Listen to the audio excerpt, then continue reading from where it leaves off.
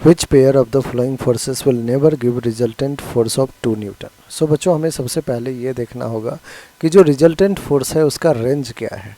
Range of resultant force अगर देखें, let's say अपने पास दो फोर्स है F1 और F2, तो F1 माइनस F2 से ग्रेटर इक्वल होगा हमारा रिजल्टेंट और लेस देन इक्वल टू होगा F1 प्लस F2 के।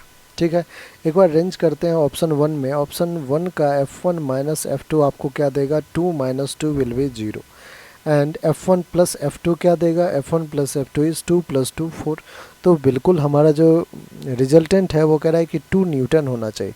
तो 2 न्यूटन 0 से ग्रेटर है और लेस देन 4 है। हाँ बिल्कुल, ये तो लाई करेगा। नेक्स्ट आते हैं ऑप्शन नंबर 2 पे। 2 में है 1 1 and 1।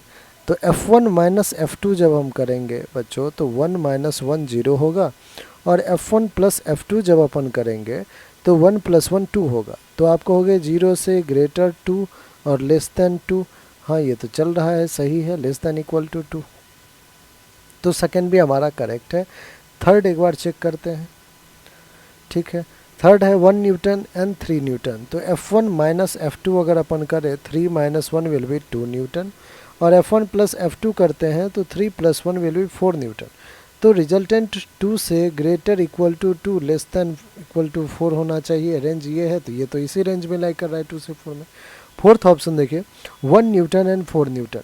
So F1 minus F2 will be 4 minus 1 is equals to 3 newton और F1 plus F2 will B 5 Newton. अब आप कहोगे कि क्या हमारा रिजल्टेंट 2 3 से क्या ग्रेटर है, 2 3 से ग्रेटर 2 तो नहीं है।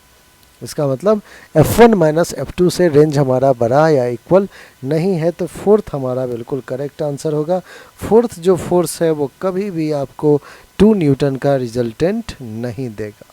ठीक है, तो 1 newton and 4 Newton can never give 2 Newton as resultant. All right, so option 4 will be our correct option.